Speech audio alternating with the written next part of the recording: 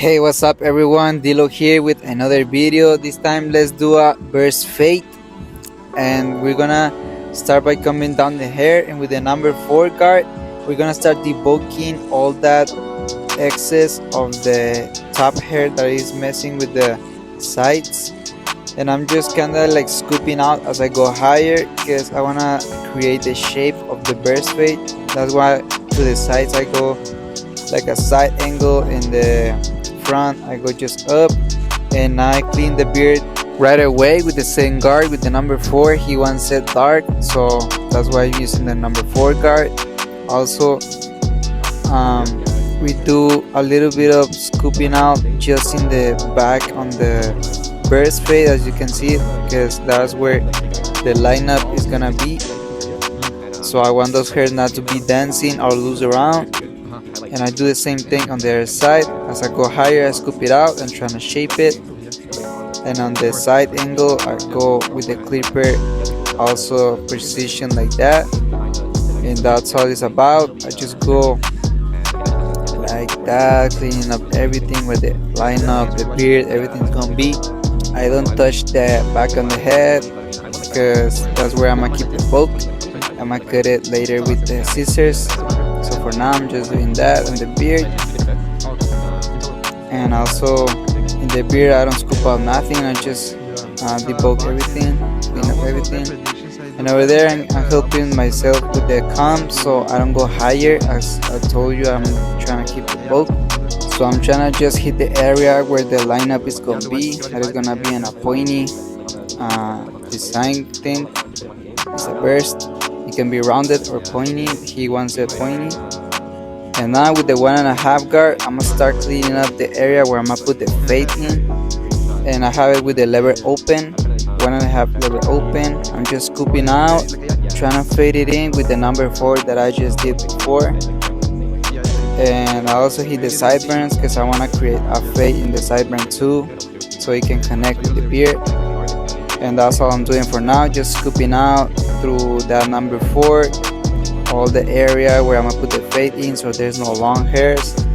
And also I can have a better vision on how the cut is gonna be.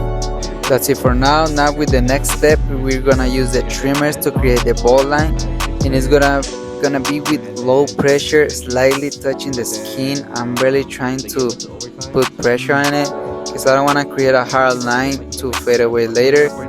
And as I go to the curve I only use my corners of the blade so I can create better that shape of the curve. And I clean up the hairs below that line right away. I don't want to miss any hair because when I pass the shaver later I don't want to struggle with long hairs, the shaver getting stuck, irritating the client, etc. So I make sure every is trimmed. And now I'm starting to line up the back on the burst fade that is going to be pointy, and also cleaning up the hairs below right away too. I do as many hits as is needed to create a better sharp lines. And that's it for now. I'm gonna move to the other side too, start to see the shape and the cut, how it's gonna be. And I also do the line in the back where the ear finishes to all the way to the back on the head. And I try to make it not that pushed back, so when it grows it's not a lot of hair that is there growth. So trying to keep it natural. And I'm gonna do the same thing on the other side. I'm gonna make slightly touches, low pressure, using the corners of the blade, creating the curve, cleaning up all the hairs in that area. And we can start seeing a better shape of the cut, as you can see.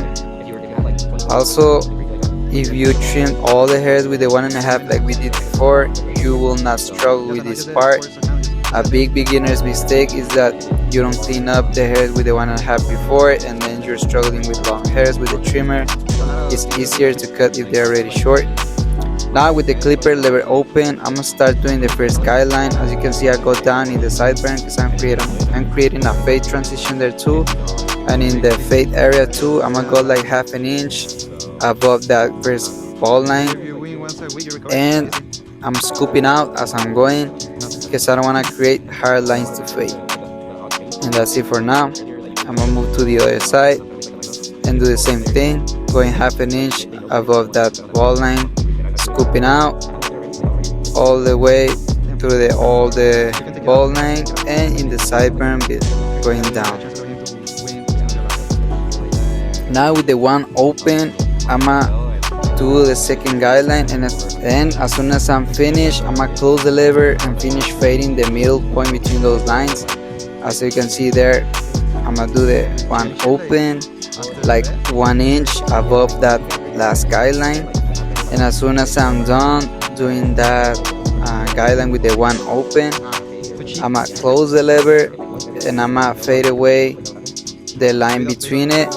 As you can see, I close the lever and I hit that middle line that it was created between the no guard open and the one open. So it's just about in this step, opening the lever, going 1 inch above the guideline, and then closing the lever and fade the line that was left between the first and the second guideline. And that's it for all.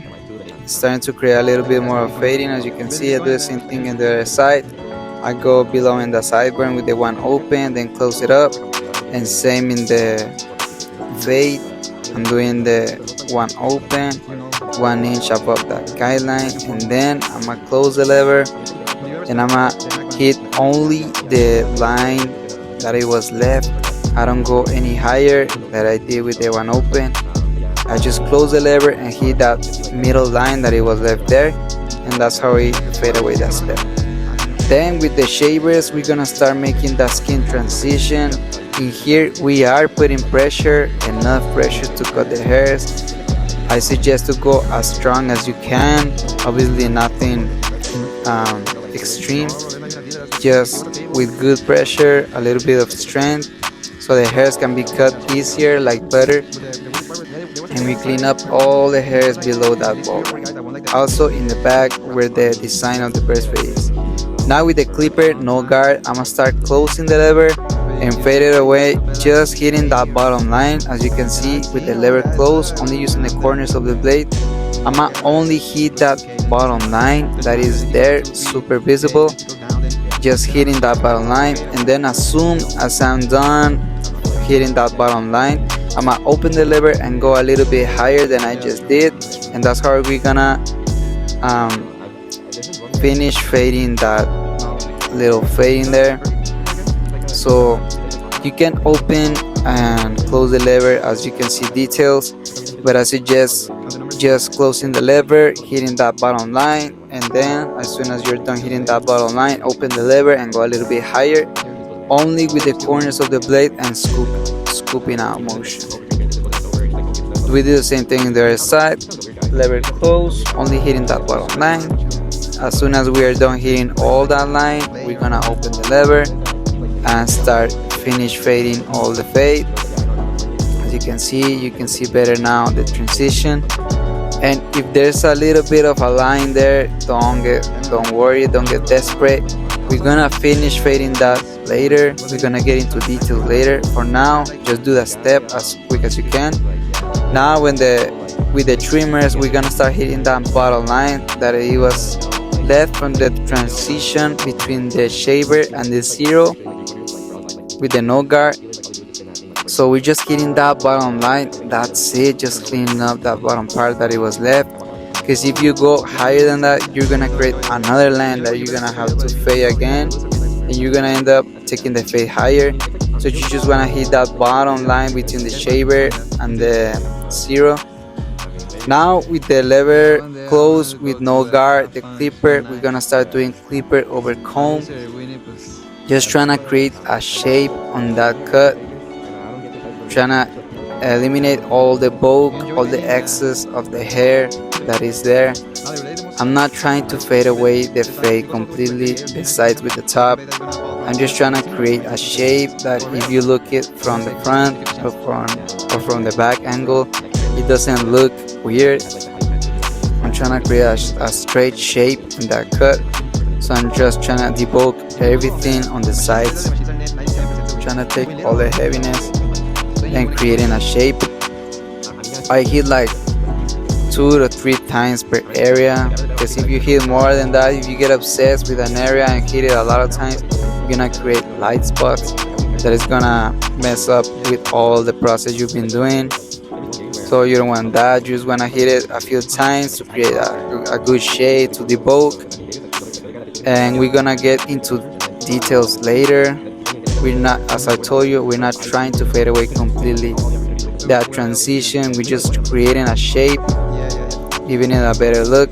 And I even hit it with the just with the freehand technique, just trying to get a better shape, getting all those loose hairs, those dancing hairs that are there. Now we're getting into details with the scissor overcome technique. I'm just trying to hit those dark spots, those spots where the transition looks a little bit dark, or even in the bottom parts where the hair looks dark too. I do point cutting technique without the comb. You're gonna see it later, but with the hairs that the comb can get through, I help it with my scissors, only using the tip of the scissors, only hitting those dark spots, those heavy spots. And that's how you should be doing the details of the fade, because if you take away the dark spots, it's gonna fade in with the light spots, so everything is gonna look even and clean. So that's basically what I'm trying to do. All those hairs in the transition that are messing around with the fade, with the flow, I'm just trying to hit them, and that's how you detail the fade. We're doing the same thing in the other side, just trying to get rid of those dark spots, that transition that looks heavy, just hitting those spots.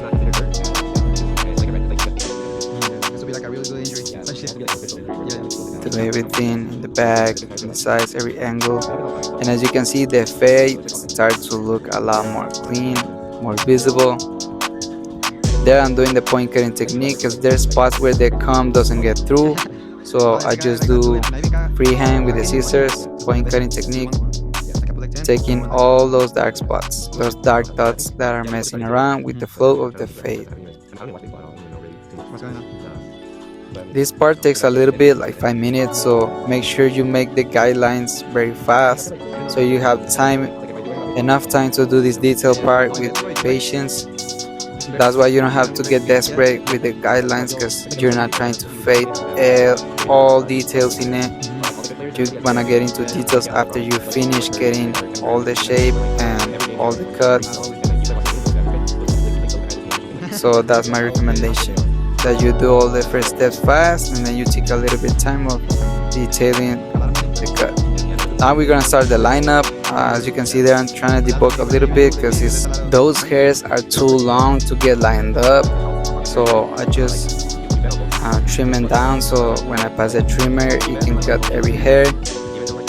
And I'm doing just a straight line on the side, on the lineup in the front. He doesn't want a full lineup because he's gonna do a crop top, so he doesn't even gonna look. It's not gonna be visible. So I just do the corners and the C-cups, only using the corner of the blade in the curve.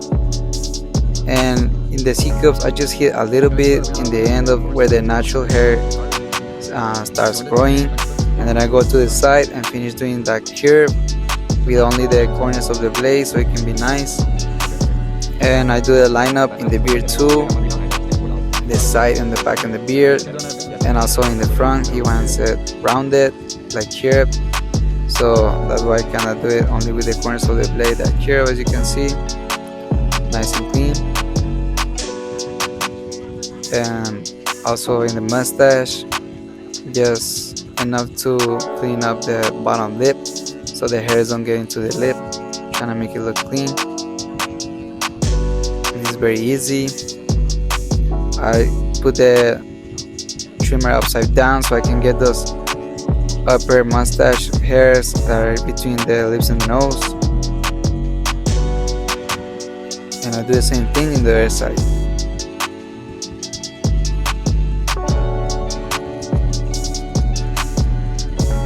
Be careful with the upper lip area, it's very sensitive, so try to not push too hard that trimmer, especially if they're heaters. Now we change the blade in the razor and we start doing a little bit of cleanup with the razor, and I go against the grain so it can look more clean, and I clean up all that lineup area. Now with the Kiss Express Darkest Brown, I'm gonna do a little bit of enhancements on the lineup, everything that can help contrast the lineup even more to pop more the cut. And then with a dry towel, I'm gonna take all the excess of the paint, because when you spray it, it kind of goes everywhere. Yeah, I'm just trying to clean up all the excess of the paint, trying to make it more look natural, faded. And as you can see, it looks a lot more clean. Now I'm gonna start cutting the top.